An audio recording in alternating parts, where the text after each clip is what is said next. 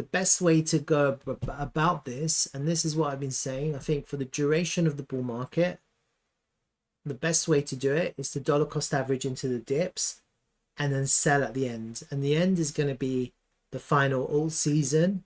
And we'll know alt season happens because then we'll start seeing ETH pump against BTC. Yeah, so right now on the higher time frame,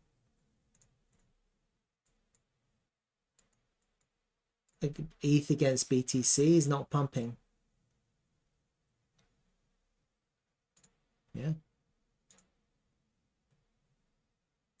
I think it's bullish, but it's not pumping. And so when we start in the future seeing ETH against BTC pumping, that's alt season. That's when you know alt season. Yeah, alt season ends after ETH pumps. Then you'll start seeing ETH pump. Then you'll start seeing all the mid caps will start pumping. Then the small caps will pumping, and then the meme coins will start pumping, and then the micro caps will start pumping. But it's only going to happen after ETH pumps. All of everything else that you're seeing now with altcoins is an adjustment in price. Yeah. So for example, my token of choice. Yeah. Why are we? Is TRVL pumping? Not really. Always, basically it overcorrected. That's what happened. You know, a lot of these altcoins in the bear market, they oversold, and so what you're getting now is the reaccumulation, because people are now no longer in the sell mode, they're in the buy mode. Yeah, but this isn't pump, this is just a correction of a correction. Yeah, so a lot of the altcoins in alt season sold off. Like this is Cardano, right? And basically it oversold, so everyone they were just dumping their positions. They're just selling. They didn't buy back. As soon as Bitcoin found its feet, they were like, okay, I'm back in. And all we're seeing now is the first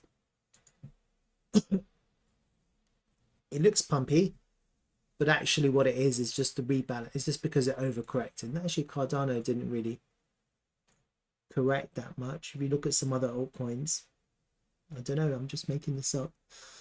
I'm just imagining what overcorrected. None of these really, because they're the strong ones. Let's say Cake, for example. Cake overcorrected. Pancake.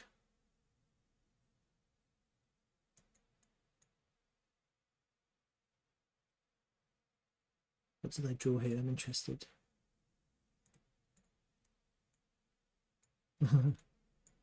Those drawings.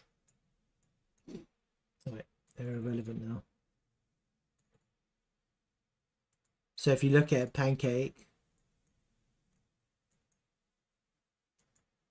that whole down move all the way from the top,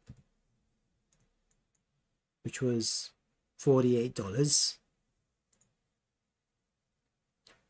it went all the way down to $1. So basically it overcorrected.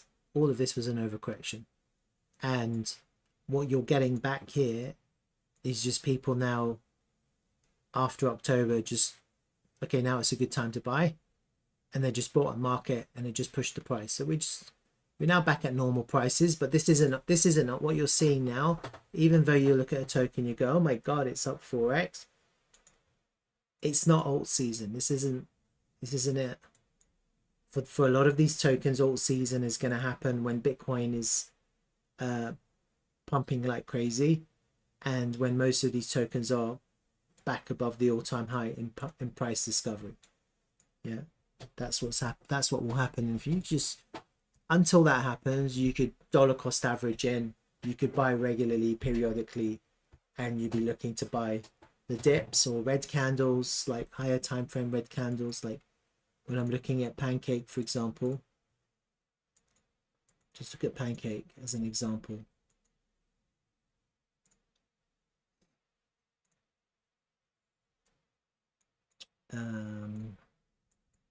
From October to now, If you were just dollar cost averaging the red weekly candles, you would have bought there, there, there, there, there, there, there, there, and there. Okay, so most of your buys are in the lows, and you had one up there. Your average position is probably somewhere around here. If the sum of what you were buying was the same, if you were just buying the same amount every time you saw a red candle, you'd always, in a bull market, you'll get a good average position. Yeah, so you're not thinking about it. It's very easy, and you just keep on doing that all the way to alt season, which is where ETH will lead the way. So ETH will lead the way. That's how we'll know. Once ETH leads the way, I've got it going up there, and then you get ready, because that's alt season.